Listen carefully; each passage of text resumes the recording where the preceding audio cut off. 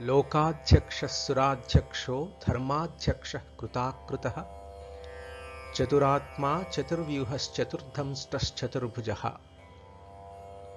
లోకాధ్యక్షः సురాధ్యక్షः ధర్మాధ్యక్షः కృతాకృతః చతురాత్మా చతుర్వ్యూహః చతుర్దంష్టః చతుర్భుజः.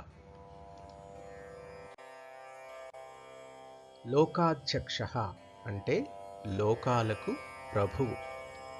సురాధ్యక్షః సురులకు అంటే దేవతలకు ప్రభువైనటువంటి వాడు, వారి యోగక్షేమాలను విచారించేటువంటి వాడు. ధర్మాధ్యక్షః ధర్మములకు అధ్యక్షుడు. ప్రత్యక్షంగా ధర్మాధర్మాలను పరిశీలించి తదనుకూలమైనటువంటి ఫలాలను ఒసగేటువంటి వాడు అని అర్థం. కృతాకృతః కార్యకారణాలు తానే అయి ఉన్నవాడు. కృతశ్చ అకృతశ్చ అంటే చేయబడినవాడు మరియు చేయబడనివాడు. జగద్రూపంలో తాను కార్యంగా అభివ్యక్తమైనందువలన కృతః చేయబడినవాడు. జగత్తుకు కారణరూపుడు కాబట్టి అకృతః చేయబడని వాడు.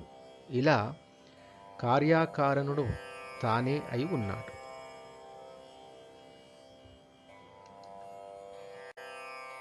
చతురాత్మ నాలుగు విధాలైనటువంటి విభూతులుగా వ్యక్తమైనవాడు.